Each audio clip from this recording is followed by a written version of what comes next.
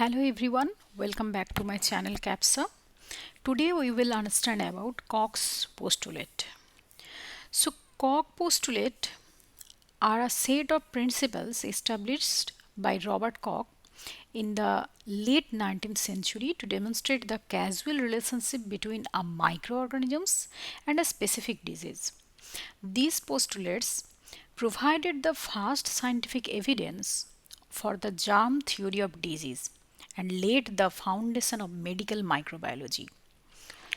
So, Robert Koch, often called as father of bacteriology, made groundbreaking contribution to microbiology. While studying anthrax, tuberculosis and cholera, he developed a systematic framework to prove that particular microbes cause particular diseases.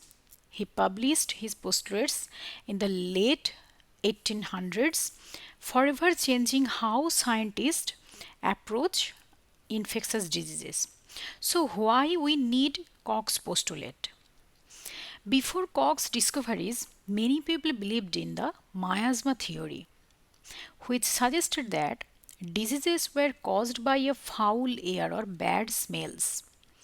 Koch wanted to provide scientific proof that diseases are caused by living microorganisms. His postulates created a structured approach to identify the causative agent of infectious diseases. Now we will look into the overview of four Koch's postulates. Okay, so first one is the microorganisms must be present in every case of the disease and absent in healthy individuals. In the second postulate, he described that the microorganisms must be isolated from the diseased host and grown in pure culture. In third, the cultured microorganisms should cause the same disease when introduced into healthy host. According to fourth, the microorganisms must be isolated from experimentally infected host and shown to be the same as the original microorganisms. In this picture you can see a Microbacterium tuberculosis sample was collected from a TB patient, then cultured in a pure culture technique.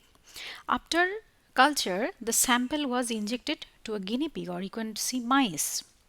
After injection, you can see there is an infected animal.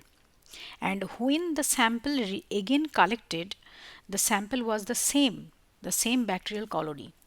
So according to first postulate, he states that the suspected pathogen should be present in all cases of the disease but not in healthy individuals. For example, Koch found Bacillus anthracis consistently in animals suffering from anthrax but not in healthy animals. This ensured that there was a clear association between the pathogen and the disease.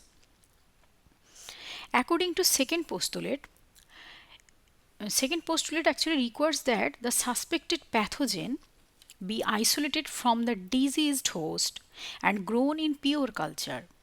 This step is important because it rules out contamination and proves that the microorganisms in an independent living entity capable of multiplying. Koch achieved this by isolating Mycobacterium tuberculosis in pure culture, thereby linking it to the tuberculosis. According to third postulate, it states that when the pure culture of the microorganisms is introduced into a healthy and susceptible host, the same disease must appear. This step demonstrated that the causation rather than just association. For example, Koch injected anthrax spores from pure culture into healthy mice, and those mice subsequently developed anthrax. According to his fourth postulate, the fourth postulate actually emphasizes that the same microorganisms must be re-isolated from the experimentally infected host. This step confirms that the disease observed in the healthy host is indeed caused by the original microorganisms and not by some other contaminant. Koch successfully re-isolated Bacillus anthracis from the infected mice, thus completing the proof. Now, what are the achievements?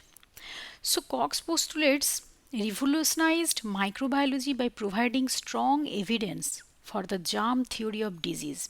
They allowed scientists to identify the causative agents of major diseases such as anthrax, tuberculosis, and cholera. These discoveries provided the foundation for modern biology, diagnosis, and also developed the treatments. Now, obviously, there should be limitations. So, what are the limitations of Koch's postulates? So, despite their importance, Koch's postulates have limitations. Some microorganisms cannot be cultured in artificial laboratory media such as Treponema pallidum. This bacterium that causes the syphilis infection. Certain diseases are caused by multiple pathogens like pneumonia or diarrhea and making it difficult to apply the postulates. Some pathogens such as HIV cause diseases only in humans, which makes experimental infection unethical. Moreover, the presence of asymptomatic carriers complicates the first postulate, as healthy individuals can sometimes harbor pathogens without showing symptoms. That was the limitations. Now, what are the modifications, modern modifications done? Advances in molecular biology have led to modifications which kind of, with the development of techniques like polymerase chain reaction or DNA sequencing, scientists can now identify pathogens without needing to culture them. Stanley Falcow proposed that the concept of molecular Koch's postulate in 1988, which focuses on the genetic determinants of pathogenicity. According to this criteria, a gene should be found only in pathogenic strains. Inactivation of the gene should result in loss of pathogenicity, and reintroduction of the gene should restore the pathogenicity. So, in conclusion, we can say that Koch's postulate remain one of the most influential contribution to medical microbiology. They established a clear link between microorganisms and disease, thereby transforming medicine and biology. Although they have limitations, in light of modern discoveries, they still provide a valuable framework. Thank you for staying with me. See you in the next lecture.